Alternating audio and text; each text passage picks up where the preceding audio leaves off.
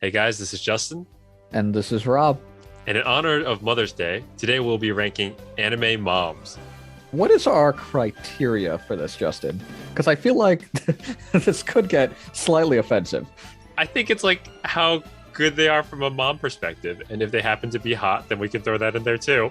Okay, no, I'm just making sure. I feel like that's an important distinction we need to make. So it's like maybe 80% quality of motherhood, 20% would you do? Yeah, I mean, if you're a babe but you're a terrible mom, you kind of go up a couple ranks still. Okay, so Big Mom is going to land somewhere in the middle then because of her poor motherhood.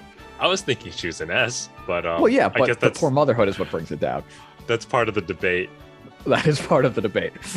Guys, if you haven't seen this before on S Class, we like to do tier lists a little bit differently.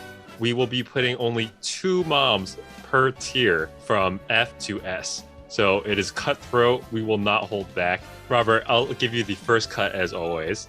Oh man, this is tough. I don't want to start with my S's, ones that I know are going to be an S or A.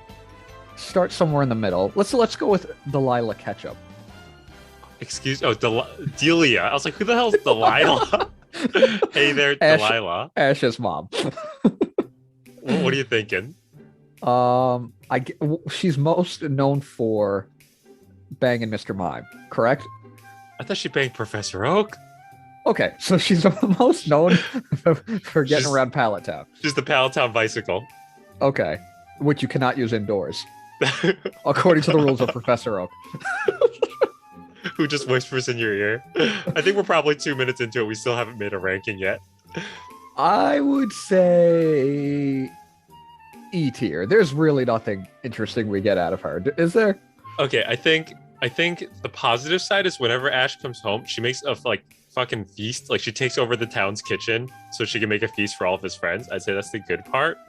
I'd say the bad part is that she lets her 10-year-old son go out on a journey full of wild, dangerous animals and terrorists that try to attack him on a weekly basis, which is a little bit concerning. She also makes Mr. Mime eat on the floor like a dog. Does she? Yes, like he gives with a dog bowl. Well, So it's a, is that her something- motherhood like, or is that her like relationship status problems? I think there's a lot of problems there. She's got some baggage. I'm okay with E. I think she could go a little bit higher because Look, I'm also just going to say we're over probably 800, 900 episodes of Pokemon, and we still haven't seen Ash's dad.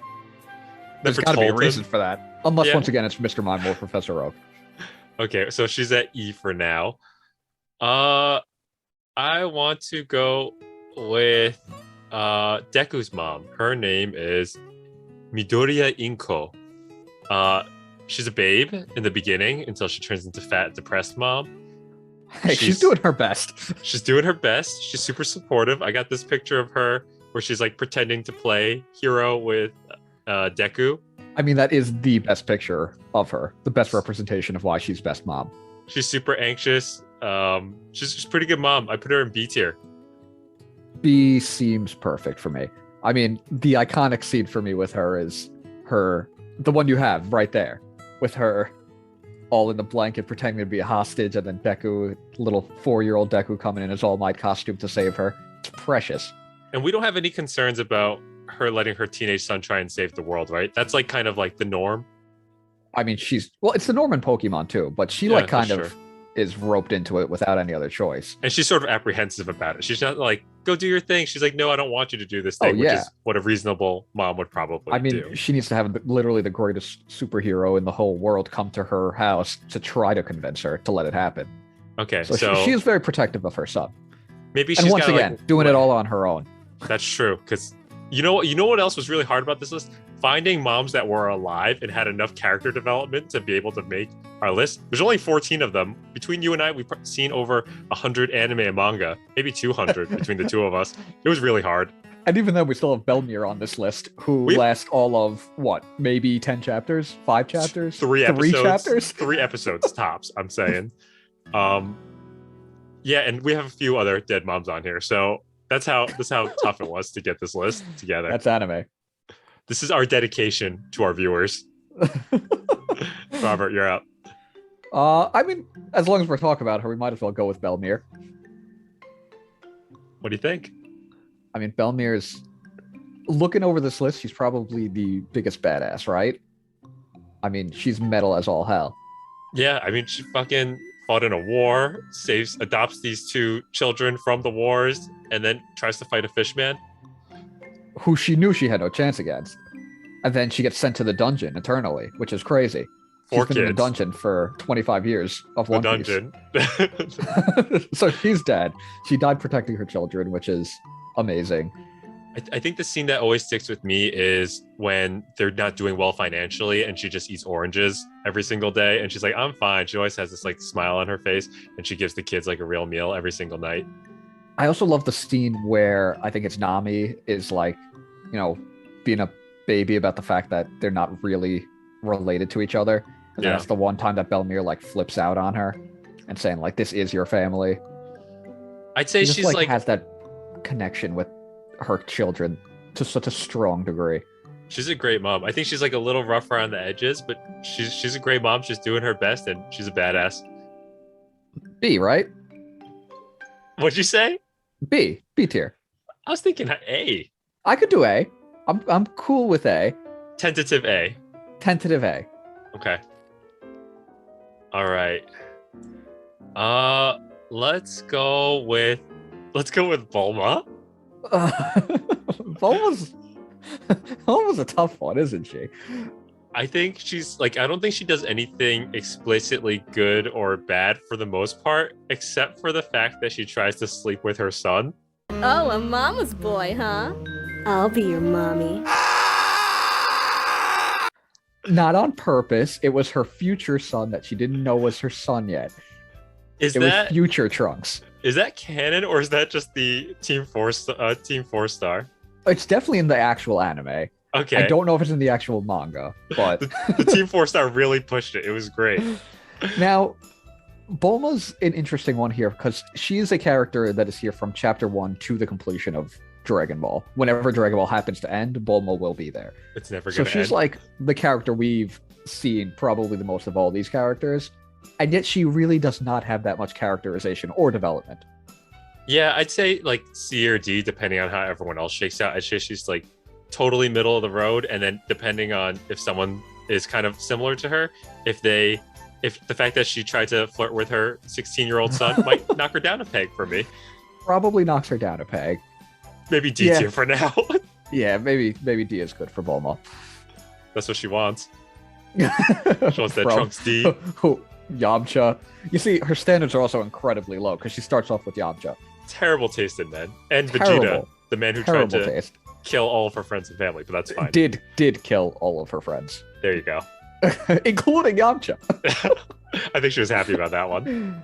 Oh, man. Why is Holly even an option here? Holly. That's how bare bones we were getting. Holly's most discernible character trait is that Kakuin wants to sleep with her. I thought it was that Jotaro's the worst possible son. Here is your goodbye kiss. You're such a bitch. It's definitely a combination of those two things. Okay, you know what? Here, I'm going to make an argument for bad mom. The fact that Jotaro is such a piece of shit son, and she just sort of like takes it and just like always smiling and stuff like that, I think that's a bad parenting. She just sort of does not lay down the law at all. And isn't it also because of Jotaro's rock star dad that doesn't even like show up? I thought he was dead. I just assumed parents are dead. No, I think he's a rocker. He's in a band or something like that. What do we do with her? C, D, E? I think we shove her in E for now. I suspect that Delia is probably going to move up a tier because I think we got a couple of bad moms on this list. You think? Yeah. Well, that's what F is for, no? I know we only get 2. I think we have more than 2 bad moms. Let me get rid of one of them. Let's go with Mama Isabella from Promised Neverland. Is she the one that sells off all the children to be murdered? So yeah, essentially, she's like a super sweet mom. Everyone loves her, but secretly she is letting all the kids get eaten. But it's sort of out of her control because she has to do her job, otherwise she's gonna get eaten, and she can't like let them go free. Like there's really no options. But still, sort of lets all of her children get eaten. I still feel like the ends don't really justify the means, or the means in this case don't justify the end. She's awful. That's an F. I think it's a clear F. right? She's also terrifying. Like, if you watch more than like 3 or 4 episodes, she is one of the most frightening characters out there. I only watched 1 episode of Promised Neverland, and then the dead children were a little much for me. I don't know how that's a good reason to stop watching an anime. Dead children, I feel like, are a pretty good reason to stop watching an anime. That's Pretty just low me. bar, if you That ask is just me. Why don't you get rid of one of your moms that you explicitly know? That is going to be in the S tier. Oh, which one? You're like both of them? No, it's definitely Yor. Yor I is know my S Yor. tier. No, I'm thinking for you want to do Yor then? Yeah, Yor is definitely S tier for me. Awesome design, amazing mother, does stuff herself. You know, she's a combatant, she's fighting, she's an assassin, she's cool. But you also got the layers of wholesomeness where she's like kind of tsundere with Twilight, and she wants to be a family for real. You haven't mentioned much momness about her yet. Okay, but her being a great character is also because of the fact that she's a great mother and great older sister. She was basically the mother to her brother, correct? Right. So she basically raised him. She's not the greatest mother to Anya, but that's not because of her own, malice. It's more so due to the incompetence of being an assassin trying to manage this hidden life. I don't think we've gotten that sweet Anya Yor moment yet, to be honest. Like No, Twilight, not the same way we've gotten them with Twilight. Yeah, Twilight Anya have like these really sweet relationship moments, but she hasn't really gotten it. It's mostly the scenes that come in my head the most are either you're almost poisoning or actually poisoning Anya, and the other ones where in her head she's thinking about murdering people and Anya's freaking out. That's why I think mom level, she kind of goes down a tier for me, but character design, character, personality, all those things, she's obviously an S. Right? That's what makes it hard, because you are right. Like, as a mom, so far, we haven't seen a ton. I think Belle-mere is a much better mother than her, like head and shoulders. As a mother, yes, but as a character, we have Belle-mere for maybe 2 or 3 chapters. That's true. But I'm thinking of it. We got to look at all angles. We got to look at them as a character, as well as a mom. That's a strong 20% coming from you. Like, that's carrying her to S. And I'll let it fly for now. But if I find 2 moms better than her, I want to bring them higher, and she might. I am okay with that. I will concede that once we need to get there. And you know what? Big Mom's still on the table, so I think she's probably going to go down. But no. I feel like we're ignoring Yor's relationship with her brother. She really was the mother to him. She's an older sister, technically, though. Like, I want the story. But she raised him. Still, you can have an older sister raising a brother. Right, that doesn't make them less of a paternal unit. I get where you're coming from. I think I'm trying to focus on the Anya relationship dynamic, which is fair, yes, because that is what we are sold on with her as the mother. Yeah, I agree. I think she's a better mom to her brother than she is to her own adopted daughter. That's fair. I will concede that. Okay, let's keep going. I'm gonna go with, what the hell's her name? Saki Arima from Your Lie in April. I know you haven't seen this one yet. She is like a super good mom for most of his childhood, teaches him how to play piano and stuff like that. Then she gets like terminally ill, and the way she handles this is not very good, because he's like gonna be a orphan child essentially, and she wants him to succeed in life. So whenever he messes up playing the piano, she like beats the shit out of him and causes him this like terrible trauma. So her disease. But is he good at piano? Oh my god, he's the fucking best. But then he also has this horrible trauma that takes a 24 episode anime series to break down. I'm probably gonna go E. Okay. I can bump Delia up. Delia. Delilah. EDD. It's a story of 2 moms with Saki. That doesn't sound great. No. I feel like once we're in the beating your child territory, E sounds fair, because you're not straight up sending the children off to die or be eaten by monsters. So that probably saves you from F.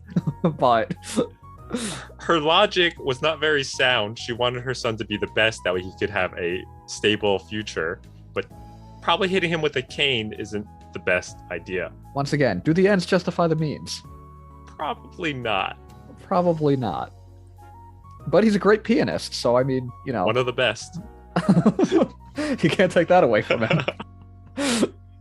You're up, Rob. All right, let's go with Chi-Chi, who does everything but beat Gohan for the sake of his education, right? Doesn't she kind of beat him? Doesn't she punch Goten into a tree? Yeah, but I don't think she meant to. I think she meant to. It's just that Arima is a regular human and her children are Saiyans, so it's okay to punch them into trees. But Chi-Chi is also, like, kind of superpowered. I mean, in comparison to probably every other mother on planet Earth, right? Is there any one stronger than her other than Android 18? Videl? Yeah, I think she's like top. She's like a regular human, but she's a very strong martial artist. Yeah, so she's like probably top 5 strongest woman on Earth. Probably, yeah. That's probably the case. Yeah. Does that matter in terms of motherhood? No, it just matters that, like, when you're smacking your kid. Yeah, you should take that into consideration. She's like also a giant pain in the ass when she becomes a mom. She's essentially like every stereotypical Asian mother. Like, you have to get into Harvard, practice the piano, like do good martial arts, go swimming, like every possible thing you have to be able to do it. But that's only with Gohan. I think she Because gave then up with hope. Goten, no, with Goten, she's the one that's training Goten because Goku is gone. Right. And I feel like that should give her points. She's like, you know, Goku is a piece of shit, and he's like, no, I'm gonna go die and be done with Earth for a while. And that just leaves Chi-Chi with Gohan and Goten, and she's raising Goten to, you know how to fight and know how to battle. But here's the thing, is like, I think she's a good mom on paper, but I think she doesn't have any of that softness that you'd want from a mother. No, but there's, different forms of showing your affection. I don't think we should knock her down for not being smushy. I mean, I don't think she goes any higher than C for me personally. I'm fine with C. Okay. I just E for Chi-Chi. maybe I thought she would have been lower. She could go lower for me, but I know. I think originally going into this, I thought she'd be lower, but I could see her maybe moving up at some point in this list. I'm not sure yet. I don't know. The moms left are pretty strong, I think. I think they're strong, not for the reasons of motherhood, though. No, I think actually, I don't know 2 of them, so we'll see. Here, I'll get rid of my final one, which is Kyoko from Fruits Basket. So she kind of dies before episode 1. She gets hit by a car, and she used to be a Yankee. She used to be a gangster in high school. She had a lot of problems, and then when she has her kid, she kind of turns herself around, and she kind of has this she's very sweet and warm, and always telling Toru, the main character, like, you just got to be yourself and everyone will love you, and kind of encouraging her. And she's kind of like the rock for Toru, who kind of has a difficult life. So even post-mortem, like, she's still leaving an impact. Ever present with that impact. I think for me, she gets at least a B. I would have loved to have her in the series, but obviously that's sort of the impetus of what starts the series off.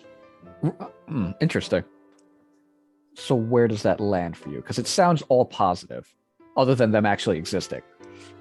Yeah, I think that takes away some points. I think she also has a slight period. Her husband passes away, and she kind of goes into this bad depression, kind of neglects her child for a little bit, but then everything kind of flips around, and she comes like the best mom for that period of time. I'll put her in B for now. He sounds good. Why don't you get rid of one of your smut moms? Let's go with Komi's mom, Shuko Komi. Her shtick is that everybody thinks she's Komi's older sister, and she really leans into the youthfulness of her appearance. She's also kind of a former delinquent. She was kind of like a nasty one in high school, and she has to court Komi's dad, who is also a mute. Oh, is he? Yes. That's very funny. It runs in the family. That's kind of like the humor with her, is that she never shuts up, and then nobody else in the family speaks. I saw this really cute picture of like Komi kind of like putting her hands up, trying to like, oh, that's my mom, and then her mom just like being a badass. She's pretty hilarious. She's very cute, like Komi. How's her mom skills? her mom skills are not really existent. There's much more dad skills from Komi's dad. You get more of like the fatherhood aspects of Komi's dad than you do get the motherhood aspects of Komi's mom, actually. It's interesting. I think Because, we gotta redo our dad video. He doesn't talk. Yeah. I think we do need to take a look at our dad video again. Where does she rank? I can't tell if she's between the A and C range for me right now. I don't know. I'm looking at what we have left, and I guess I might want to move Deku's mom to A and Komi's mom to B. Okay. I can get behind that. For now. Okay, then I will finally get rid of the big one, Big Mom, S tier. I mean, she has like 90 children or 74 children. Such a tough, strange one, right? Is there anyone stronger than her? We're talking pure strength. Obviously, Big Mom is one of the strongest characters in anime in general, but she's tried to murder at least one of her children. Tried to eat him, I think. That's how Whole Cake Island starts. Wait, which one? Which one does she try to I don't eat? remember which kid it is, but she doesn't try to eat him. He fails at some mission, and I don't remember which kid it is. And she basically, I don't know if we got confirmation that he died or not, but she does try to kill one of her children for sure. Also, her strongest son purposefully protects the other siblings because she's so terrifying and she rules with an iron fist. Correct.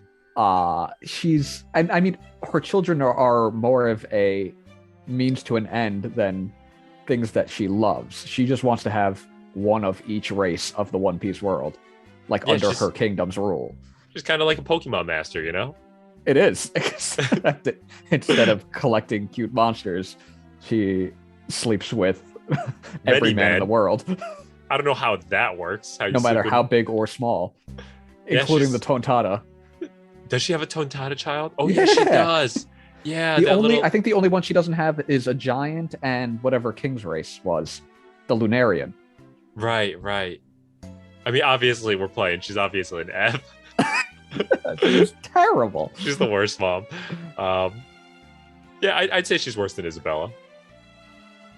That I'm not positive about.